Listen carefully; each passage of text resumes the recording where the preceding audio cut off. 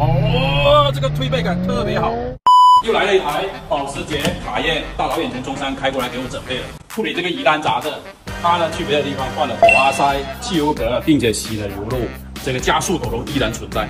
它的故障现象是方向盘稍微打大一点，然后呢这个时候加速给油，哎，你看到没有？底盘咚咚咚的这个声音特别难受。它还有一个故障现象，就是你提速给油的时候呢，这个车子一串一串的，动力断断续续。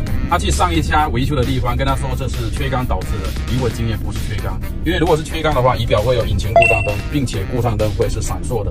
唯一机械性的可能呢，那就是这台车四驱的那个中叉，我们回去把它拆起来检查一下。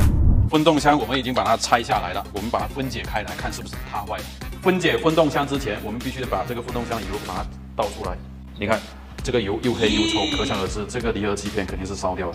那么大家关心的一点就是怎么维修它。这个有3个方案，一个是换前期的总成，需要大几个 W， 还有一种是可以选择拆车的，在1个 W 左右。最省钱的办法呢就是维修，大概是在半个 W 左右。装完我们试一下车，给一下油。哦，这个推背感特别好。明显的中叉已经不打滑了，这个时候动力已经提升了非常多，并且一顿一错的，还有底盘的异响已经消失。这样的话呢，开起来肯定爽很多啦，并且油耗肯定也会下来的。最后大家还有什么疑难杂症，研究一下。